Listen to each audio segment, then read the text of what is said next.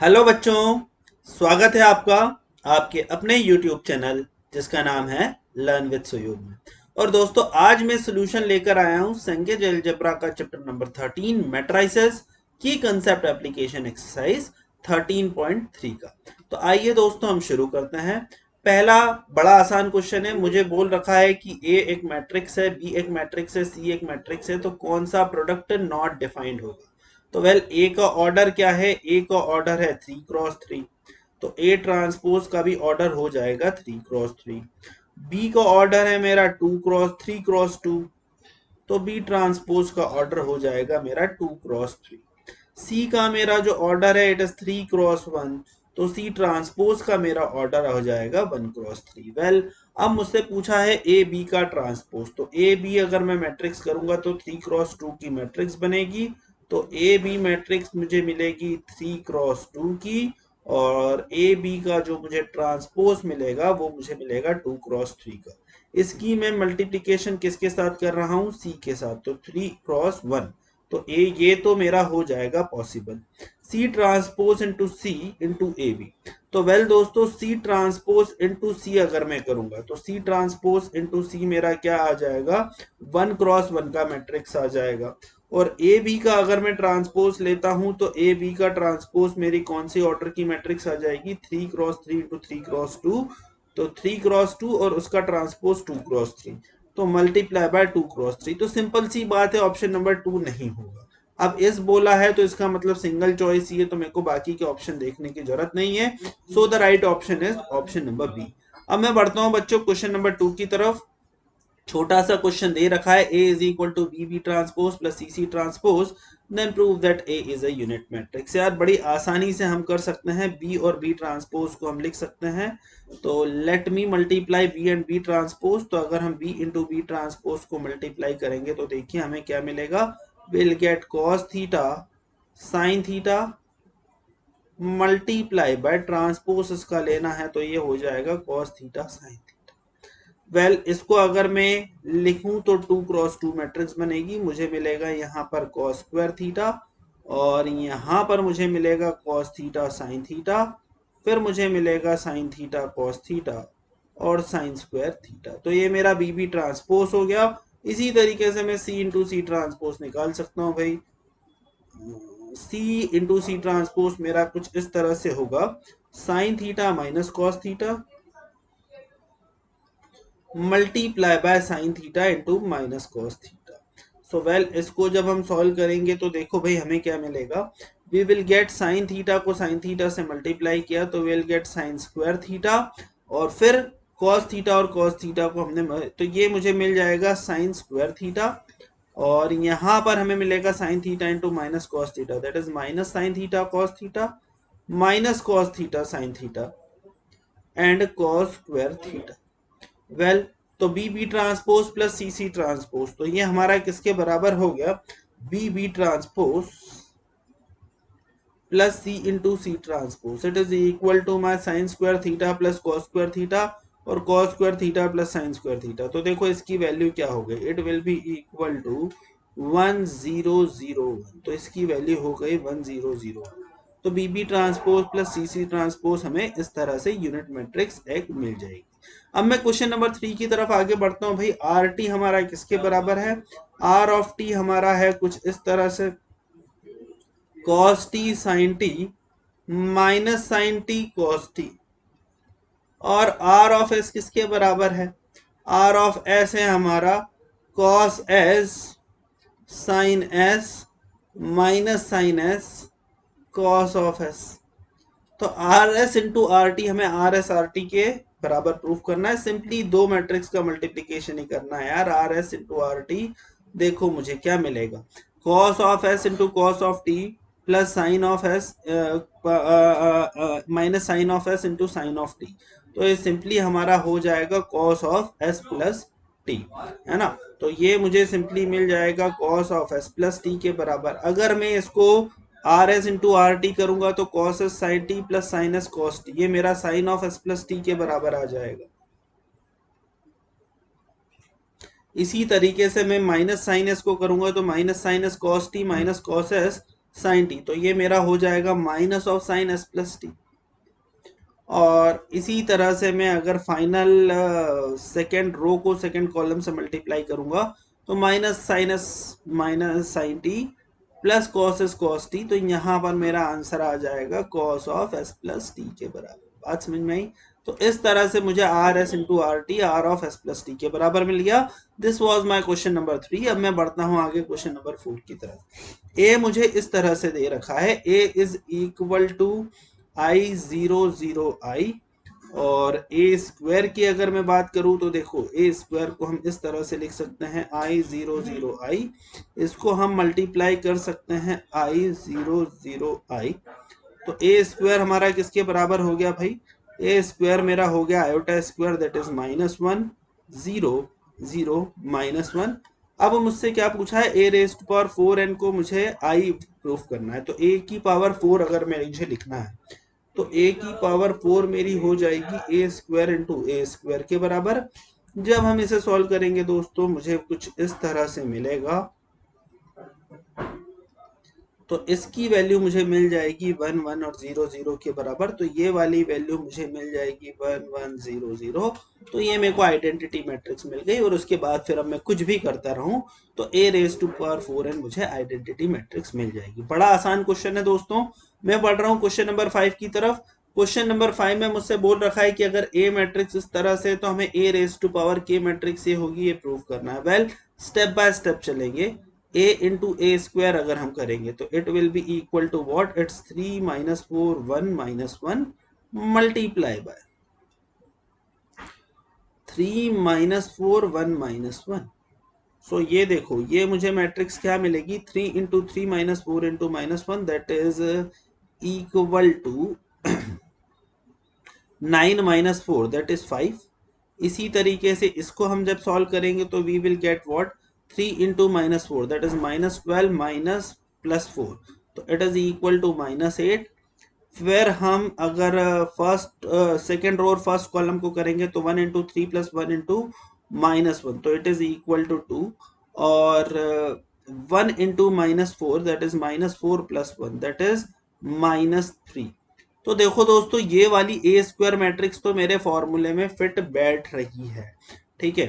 तो ये वाली मैट्रिक्स मेरी प्रूफ बैठ रही है। तो अब मुझे ये ए रेज टू पावर के प्रूफ करना है। तो इसको हम इस तरह से करते हैं कि हम मान लेते हैं कि भाई ए रेज टू पावर के मैट्रिक्स मेरी इसी ऑर्डर की होगी, और ए रेज टू पावर के प्लस 1 हम प्रूफ कर देते हैं।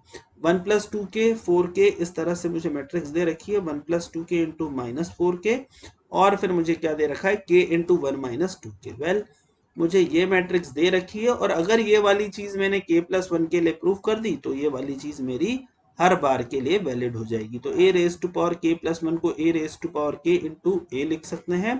A raise to power k है हमारा 1 + 2k इंटू 1 - 2k multiply by k multiply by -4k and और इसको हम जब a से मल्टीप्लाई करेंगे तो it will give me 3 -4 1 and -1। So it will give me 3 -4 1 and -1। So well ये हमारा किसके बराबर होगा जरा हम देख लेते हैं दोस्तों। जब हम इसे सॉल्व करेंगे तो what we will gate? 1 + 2k, तो it is equal to 3 + 6k -4k। तो ये मुझे मिल जाएगा 3, 1 इंटू 3 इज 3 प्लस 2k इंटू +1 that is 2k and -4k, sorry 1 + 2k multiply by 3, so it will give me 3 + 6k and -4k को हम 1 से मल्टीप्लाई करेंगे तो -4k। इसी तरह से फर्स्ट और सेकंड कॉलम हम करेंगे तो it will give me -4k -8k +4k। इसी तरीके से थर्ड को हम करेंगे तो it will be equal to 3k और +1 - 2k। तो ये मेरे को इस तरह से मिल जाएगा। और फोर्थ अगर हम करेंगे तो it will give me k into -4 that is -4k -1 + 2k। तो ये हमें इस तरह से चीजें मिल जाएगी। इसको फर्दर हम सॉल्व करेंगे तो ये किसके बराबर हो जाएगी? It will be equal to 3 + 6k -4k that is 2k + 3, और ये हो जाएगी -8k + 4k that is -4 - 4k। और ये मेरा हो जाएगा 3k minus 2k, that is k plus 1, और ये मेरा हो जाएगा माइनस 2k माइनस 1। वेल, अब मुझे इसको k प्लस 1 के अक्रॉस प्रूफ करना है तो मैं आराम से कर सकता हूँ। देखो बच्चों, इसे लिखा जा सकता है 1 प्लस 2 टाइम्स k प्लस 1। ये मेरा ऑलरेडी k प्लस 1 है। बाकी की दो चीजों को भी हम कर सकते हैं। -4 के है तो यहाँ पे -4 टाइम्स k प्लस 1 है, और लास्ट एलिमेंट मुझे क्या दे रखा है 1 माइनस 2k। तो 1 माइनस 2 इंटू के प्लस 1 में करूंगा तो -2k माइनस 1 आ जाएगा। तो इसको भी लिख सकता हूँ 1 minus 2 multiply by k plus 1। Well, जब हम इसे सॉल्व करेंगे तो हमें ये वाली वैल्यू मिल जाएगी। This was my question number 5। अब मैं आगे बढ़ता हूँ क्वेश्चन नंबर 6 की तरफ।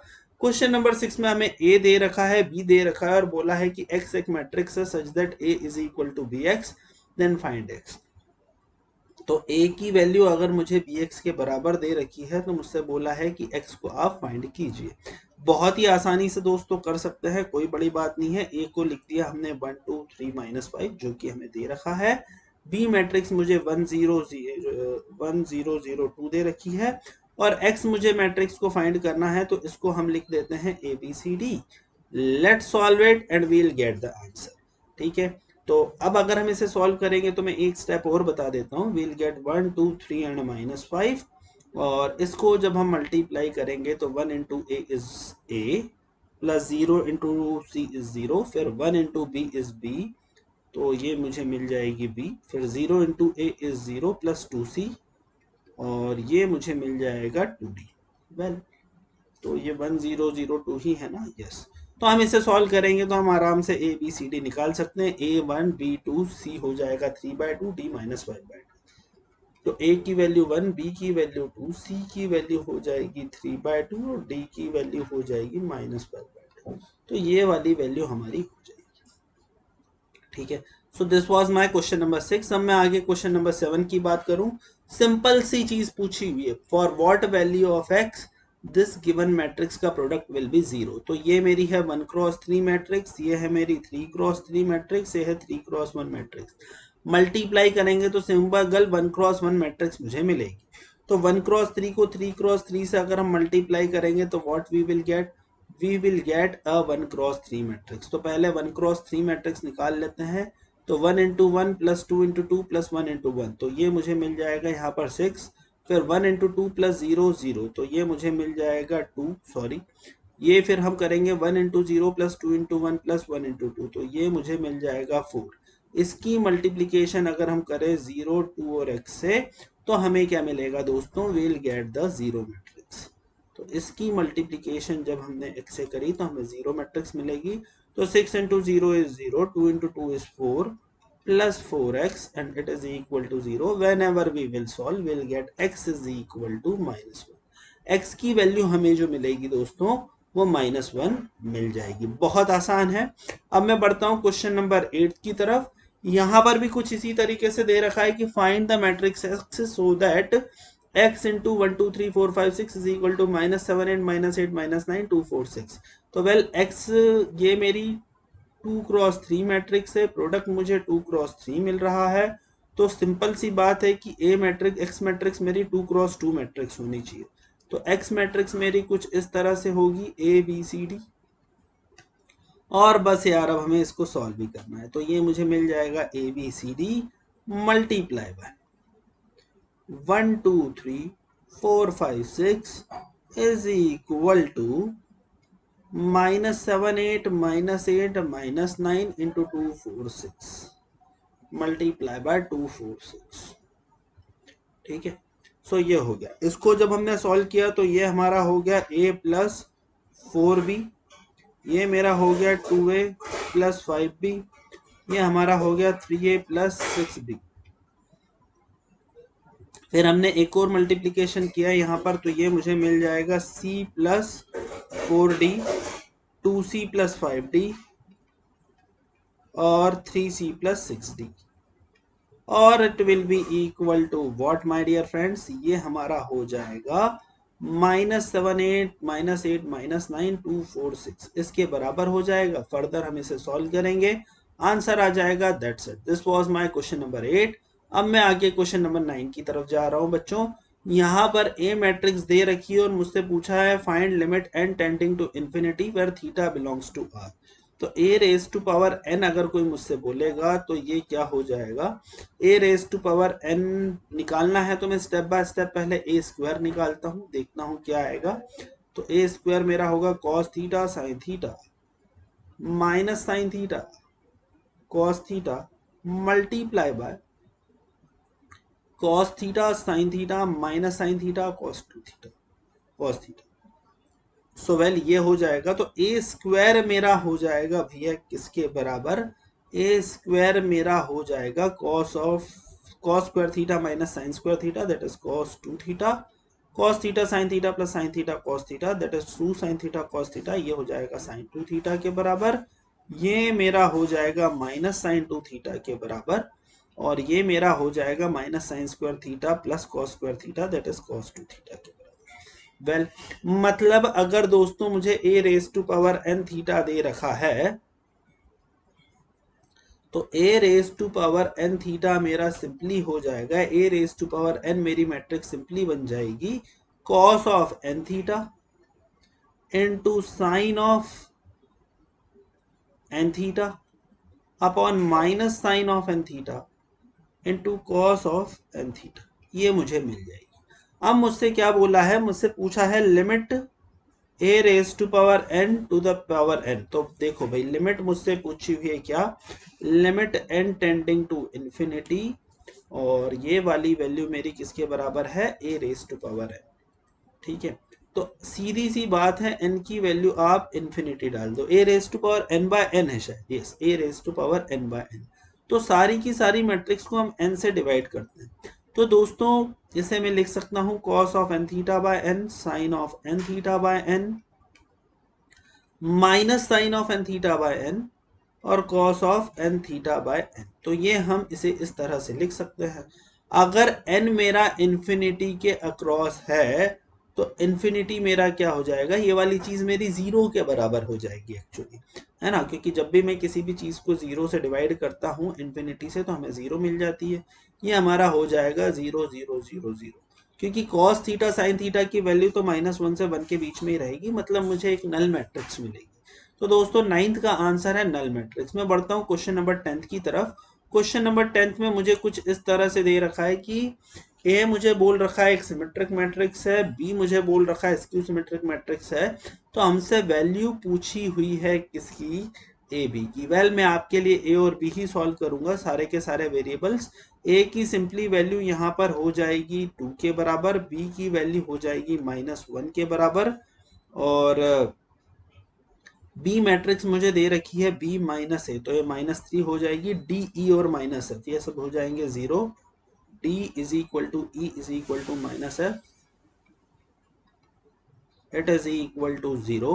-2b -2c, तो अब भाई सी भी मुझे निकालना है। वेल सी की वैल्यू मुझे मिलेगी 8 के बराबर और -2b इज 2 -c इज 8, तो 2 - 8 तो -2b -c हो जाएगा हमारा 2 - 8 दैट इज इक्वल टू -6। ठीक है, तो ये हमें वैल्यू मिल जाएगी। अब इसे हमें बस सॉल्व करना है। तो देखो किस तरह से हम इसे सॉल्व कर सकते हैं। तो अगर मैं ए मैट्रिक्स की बात करूं तो ये हो जाएगा 3 2 -1 2 5 8। तो देखो ये वाली मैट्रिक्स हमारी किसके बराबर हो जाएगी, 3a - 1। तो 3a - 1 है तो 3 2 -1 2 5 6, सी हमारा है 8 के बराबर, तो 2 5 8 और b 8 2, b की वैल्यू मुझे दे रखी -1, तो it will be equal to -1 8 and 2। ठीक है, तो -1 8 एंड 2, तो ये मेरी हो गई ए मैट्रिक्स। मुझे स्क्यू सिमेट्रिक मैट्रिक्स चाहिए दोस्तों, तो नो डाउट यहाँ पर तो 0 0 0 ही होगा। बाकी हमारी वैल्यू क्या हो जाएगी, 3 -3 2 -2। वेल ये मेरी वैल्यू हो जाएगी 3 2 -3 -2 और उसके बाद 6 एंड -6। और अब मुझे सिंपली इसको मल्टीप्लाई करना है और आंसर निकालना है, जो आप कर ही लोगे। सो ये था दोस्तों मेरा क्वेश्चन नंबर 10 और इसी के साथ मेरी एक्सरसाइज कंसेप्ट एप्लीकेशन एक्सरसाइज 13.3 भी होती है समाप्त। सो बच्चों please like this video and share this video, ताकि मैं आपके लिए इसी तरह के वीडियोस लेकर आता रहूं। अभी तक आपने चैनल सब्सक्राइब नहीं किया हो तो please subscribe my channel. Thank you very much दोस्तों, हम मिलेंगे नेक्स्ट वीडियो।